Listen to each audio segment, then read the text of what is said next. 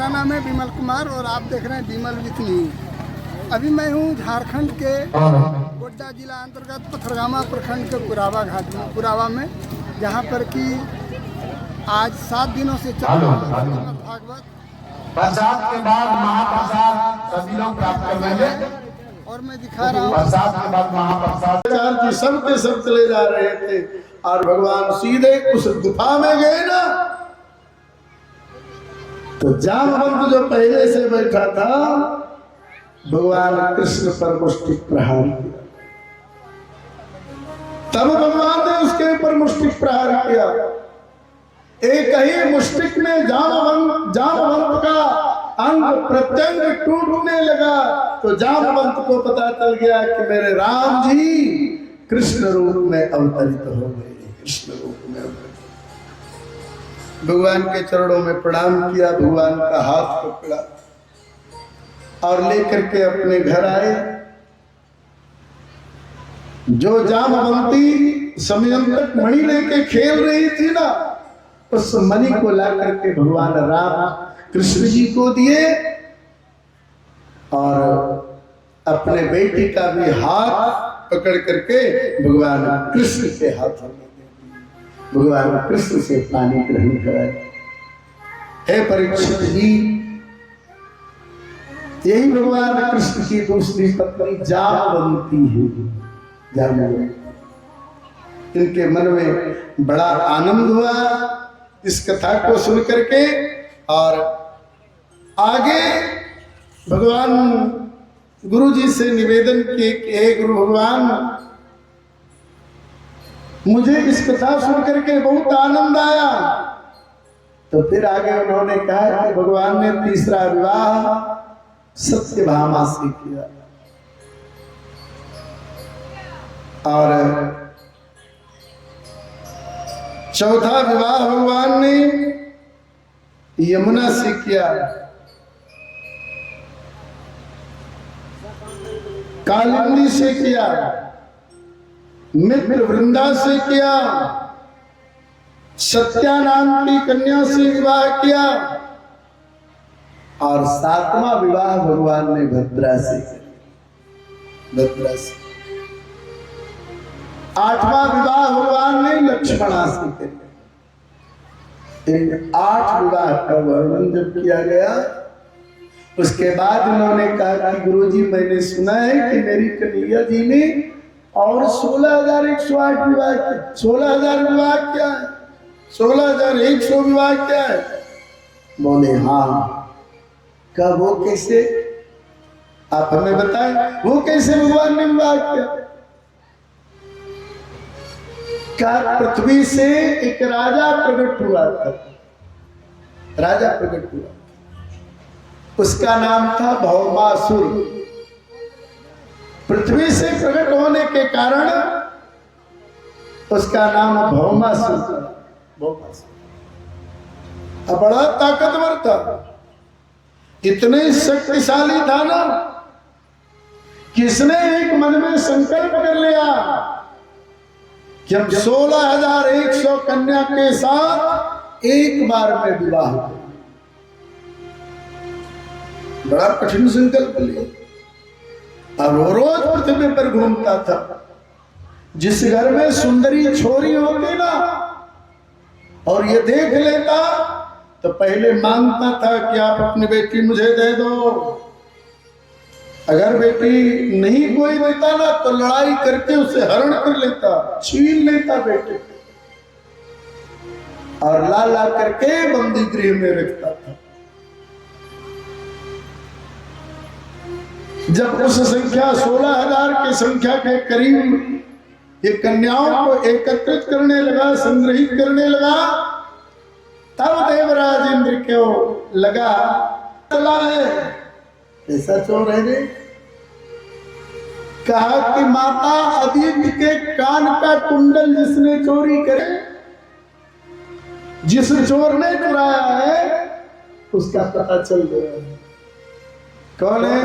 का भौमासुर।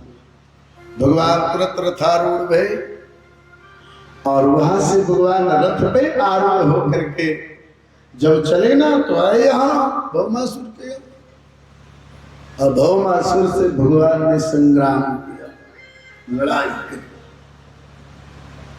भौमासुर को भगवान ने मारा और बंदी गृह के दरवाजे को खोल दिया।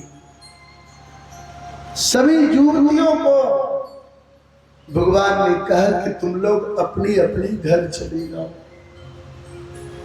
रोने लगी युवती, कहा कि कन्हैया जी अगर मैं घर भी जाती हो ना तो मेरे ऊपर किसी का विश्वास नहीं हो कि मैं पवित्र हूं, शुद्ध हूं। या तो मुझे आपने बंधन मुक्त किया तो मैं घर तो नहीं जाऊंगी, या तो मैं विस्नान करूंगी या जल में डूब मरूंगी। संसार की बात तो छोड़ो कन्हैया जी, मेरे जन्मदाता माता पिता भी मुझे शुद्ध और पवित्र नहीं माने। तो भगवान ने दिखा रही इतनी इतनी कन्या अगर विस्पान करेगी या जल में डूब मरेगी तो बड़ी अन्याय हो जाएगी। इतने इतने बदमे नहीं होने दूंगा, इतने इतने आत्महत्याएं नहीं करने दूंगा। क्योंकि उन युवतियों की सुंदरता चली गई थी। जवान युवती वृद्ध लग रही थी, शरीर पर झुर्रियां पड़ गई थी। तो भगवान ने कहा कि अगर तुम लोग घर वापस जाना नहीं चाहते हो तो आत्महत्या भी नहीं करना, शरीर का त्याग मत करना। आत्महत्या करने वाले की सदगति नहीं होती है, दुर्गति होती है। अगर तुम लोग घर जाना नहीं चाहते हो तो मैं तेरे आगे हाथ बढ़ाता हूं, हाथ बढ़ाता हूं। सब के सब मेरे हाथों में हाथ डाल दो, मैं सभी के साथ एक साथ पानी ग्रहण। यही भगवान के 16,000 विवाह है। तो पूछा ये 100 विवाह फिर क्या है? 16,008 का तो आपने वर्णन किया, अब आप हमें बताएं कि ये 100 विवाह फिर क्या था? 100 विवाह क्या था? पूरे 16,108 के बारे में गुरुजी हमें बताए। 8 वर्णन तो किया, 16,000 का वर्णन किया। कहा कि ये 100 क्या है? कहा 100 प्रकार की उपनिषद है जो भगवान के मनाने का मूल मंत्र है। उपसमीपे आसनम यथा उपासना, भगवान की उपासना का मंत्र है। जो 100 प्रकार के उपनिषद कहे गए हैं जिनमें भगवान कृष्ण की भक्ति प्रतिपादित की गई है। करते हैं ना, कृष्णाय वासुदेवाय हरे परमात्मने प्रणत क्लेश नाशाय गोविंदाय नमो नमः, गोविंदाय नमो नमः। का 16,108 विवाह का वर्णन हुआ। तो 16,000 पूछा, ये 16,000 क्या है? क्या 16,108 का आपको अर्थ समझा रहा हूं, ध्यान से श्रवण करना। का वेद के 3 कांड है, कर्मकांड, ज्ञान कांड, कर्म कांड और उपासना कांड। और वेद के जो ज्ञान कांड है ना उसमें 4,000 मंत्र हैं। कर्म कांड में 80,000 मंत्र हैं और उपासना कांड में 16,000 मंत्र। वही मंत्र को भगवान ने स्वीकार कर लिया। प्रकृति होती है, भूमि, जल, अग्नि, वायु, आकाश, मन, बुद्धि और अहंकार, ये 8 प्रकार की प्रकृति है। तो प्रकृति को जो अपने अधीन रखे वो देवता कहलाते हैं। प्रकृति को जो अपने बस में रखे वो देवता कहलाते हैं। अब प्रकृति के बस में जो रहते हैं वो जीव कहलाते हैं, वो जीव कहलाते हैं। अच्छा बताओ, अभी हम लोग कितनी गर्मी अनुभव कर रहे हो, क्या पंखा चल रहा है, क्या कूलर चल रहा है, फिर भी ठंडक अनुभव नहीं हो रहा है। और भगवान चाहे तो ठंडा कर देंगे, बदरी लगा देंगे, वर्षा करा देंगे। वो प्रकृति को जब चाहे जैसे न चाहे वैसे न, अब प्रकृति जीव को जैसे चाहे वैसे न चाहे। इस प्रकार से जब वर्णन किया गया, भगवान 16,000 के 108 विवाह संपन्न हुआ ना, तब ये प्रद्युम्न जी बांध गए। प्रद्युम्न जी ने, दोनों ने मिल करके उस संबरासुर को मारा और भगवान प्रद्युम्न ने विद्यावती का पानी ग्रहण किया और पुत्र वधू के रूप में भगवान कृष्ण ने स्वीकार। यही भगवान कृष्ण के 16,108 विवाह था। तो कल आपको हम चर्चा कर रहे थे, तक तो हम आपको ले गए, विवाह संपन्न करा दिए। अब आप थोड़े ही उत्तरार्ध चर्चा में आ गए, क्योंकि सुदामा जी के चरित्र तो मैं यहां से भी कह सकता हूं, विद्यालय के परम सखा, या फिर वो कड़ी छूट जाती है तो उस लिंक को जोड़ने के लिए आप पुनः चले।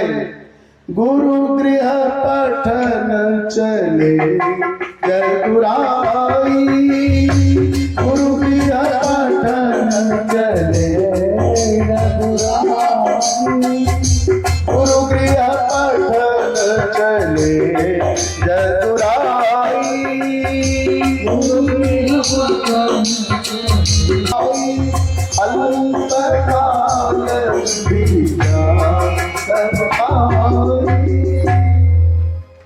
के आश्रम में विद्या अध्ययन कर ले। तो विद्यालय का नियम था, आश्रम का नियम था कि जो विद्यार्थी पाठ स्मरण नहीं करे ना, उसे दंड मिलता था। दंड कैसा मिलता था? जाओ भिक्षाटन करके आ जाओ, जंगल से ईंधन लेते आओ, खेती का कार्य संभाल लो, यही सब दंड मिलता था। जब ये आश्रम में सुदामा जी पहले से थे, तो आज गुरु जी ने इसे किसी कार्य के लिए अरण्य भेजा, जंगल भेजा। चले गए जंगल, वहां तो उपाना नहीं पहने जाते, आश्रम में खड़ाऊ पहरा जाता। दूर की यात्रा होती तो नंगे पांव जाना पड़ता था। और आज श्री सुदामा जी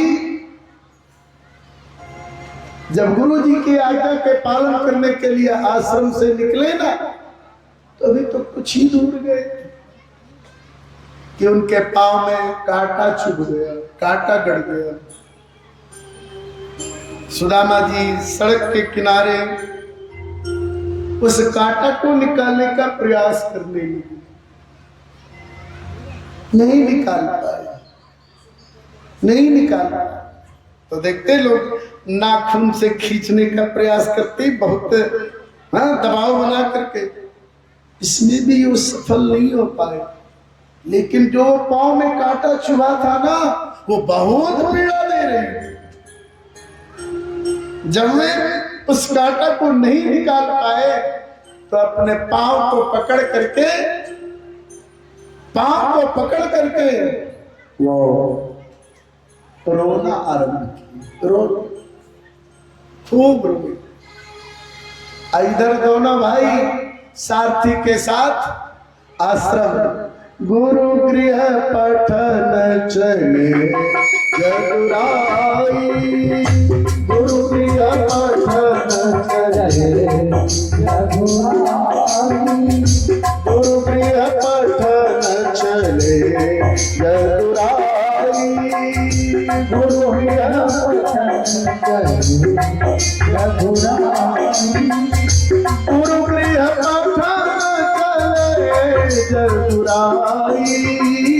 गुरु गृह चले जगुराई गुरु अल्पकाल विद्या सब पाई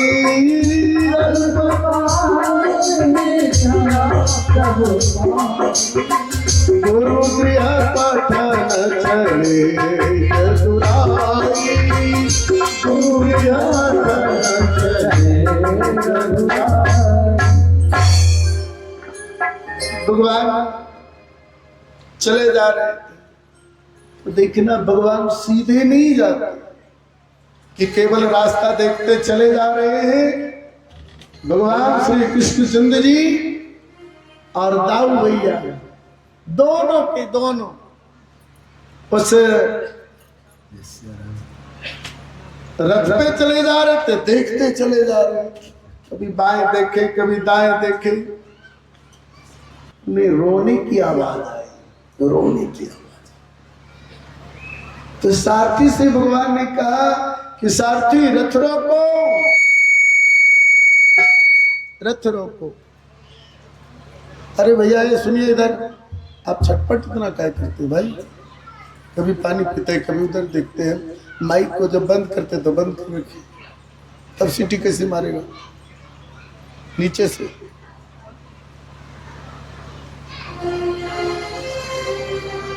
सुस्थिर नेत्र रखिए, चंचल नेत्र नहीं रखिए। जब सुदामा जी राजमार्ग के किनारे रो रहे थे ना, रो रहे थे, तो भगवान ने कहा कि साथी कोई रो रहा है, रथ को रोको, रोके रथ को, जाओ पता लगाओ कौन रो रहा है। साथी गया देखने के लिए, तो क्या देखा, एक ब्राह्मण वाला के पांव को पकड़े, खूब रो रहा, खूब रो रहा। जाकर के भगवान से निवेदन किया कि कन्हैया जी, हमें लग रहा है कि कोई ब्राह्मण बालक या वो आश्रम का छात्र है, शायद किसी विपत्ति में पड़ा हुआ है, इसलिए रो रहा है। भगवान रथ से उतरे और रथ से उतर करके जाकर देखा तो पूछने लगे कि भैया तो क्यों रोते हो, क्या हुआ था, क्या हुआ। क्या कि भैया मेरे पांव में कांटा चुभ गया है और मैं इस कांटे को निकालने का बहुत प्रयास किया, मैं निकाल नहीं पाया। तो भगवान ने क्या किया, उस ब्राह्मण बालक के पांव को अपने हाथ में ले लिए। भगवान ने भी प्रयास किया कि इसके पीड़ा को मैं हरण कर लूं, लेकिन नाखून से जब उस ब्राह्मण बालक के पांव की पीड़ा दूर न कर पाएगा, तो भगवान ने उस पांव को अपने हाथ में लेकर ऊपर की ओर उठाया और दांत से जब उस कांटा को खींचने का प्रयास किया, खींचने का प्रयास किया, तो जैसे भगवान झुकेगा, जैसे भगवान झुके तो सुदामा जी ने क्या देखा, भृगु ऋषि ने जो लात मारी थी नारायण को ना, तो उनका चरण चिन्ह सीने में दिखाई पड़ा। तो समझ गई है तो साक्षात श्री हरि नारायण ही, साक्षात श्री हरि नारायण। भगवान ये तो बहाना था दांत से खींचने, उन्हें ज्ञात करना था, और झुक करके जैसे कांटा को खींचा ना, पीड़ा वही, तो भगवान ने अंगूठे से उस कष्ट वाले स्थान को दबाया। यही से मृत्युता आरंभ हुई, यही से मृत्युता आरंभ हुई। कहते हैं जैन मीत दुख हो ही दुखारी, जैन मीत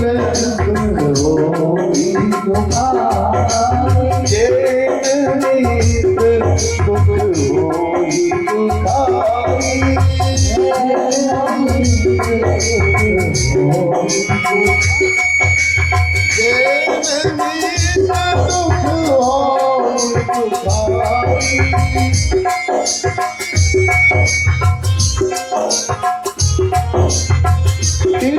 बिलोकत पातक भारी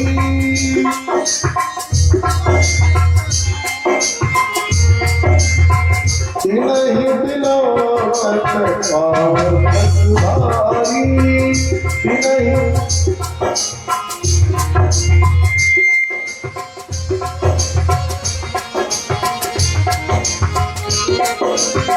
नहीं नहीं बिलोकत कहा गया बाजा वाला आगमन हुआ है।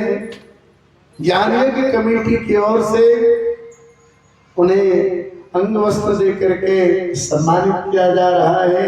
हमारे श्री सियाराम भगत जी बहुत बहुत साधुवाद।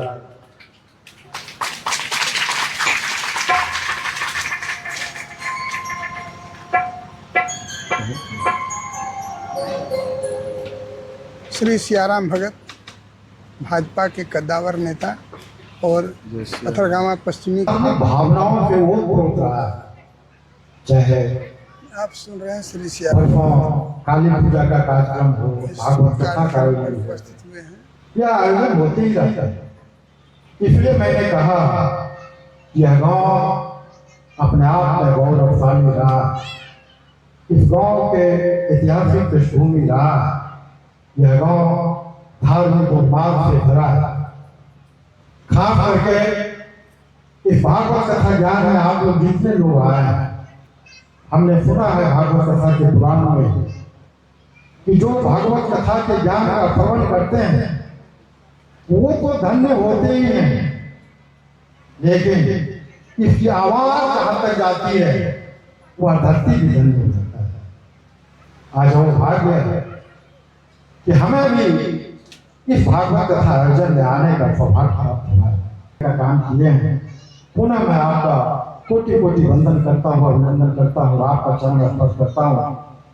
इस समिति के आयोजक जिन्होंने मेहनत करके इतने अच्छा कार्यक्रम को सफल कार्यान्वयन किए हैं, मैं समिति के सभी लोगों को धन्यवाद देता हूँ और इसी विचार के साथ मैं अपना विचार समाप्त करता हूँ। बहुत बहुत धन्यवाद। एक बार आप लोग बोलिए श्रीमद् भागवत कथा पुराण की, श्रीमद् भागवत कथा पुराण की। बहुत बहुत धन्यवाद।